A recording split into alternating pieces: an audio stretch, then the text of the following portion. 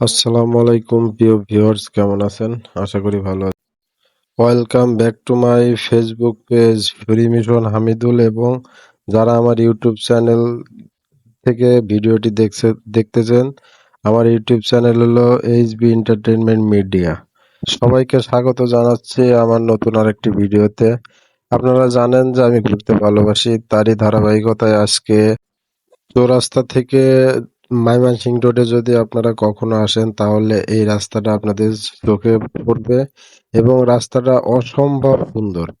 আসলে এদিকে দুই সাইডে আপনার গজারি বন, মাঝখান দিয়ে রাস্তা, এবং রাস্তার মাঝখানে আবার সরকারিভাবে অনেক সুন্দর গাছ লাগিয়েছে, যা আসলে মনোমুগ্ধকর। আপনারা যদি কখনো চৌরাস্তা থেকে ময়মনসিংহ রোডে আসেন, তাহলে এই সুন্দর রাস্তাটি দেখতে পাবেন, যেটা নিজে চোখে না দেখলে আসলে বিশ্বাস করার মতো না।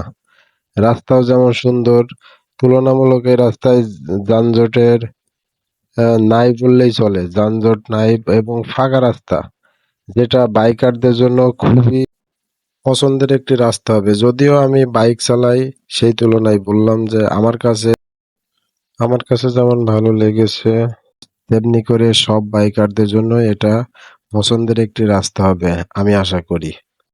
তাই যারা বাইক প্রেমী ভাই আছেন, তারা অবশ্যই এই রাস্তায় আসবেন।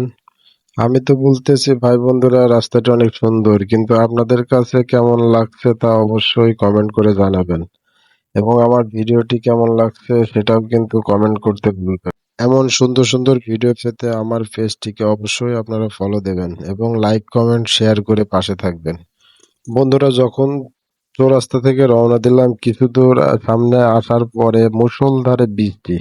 প্রিয় বন্ধুরা, আমার বৃষ্টি কিন্তু অনেক ভালো লাগে, যেটা মনে করো যে আমি বাইক রেখে সম্পূর্ণ প্রায় আধা ঘন্টা 1 ঘন্টা বৃষ্টি আমি উপভোগ করলাম।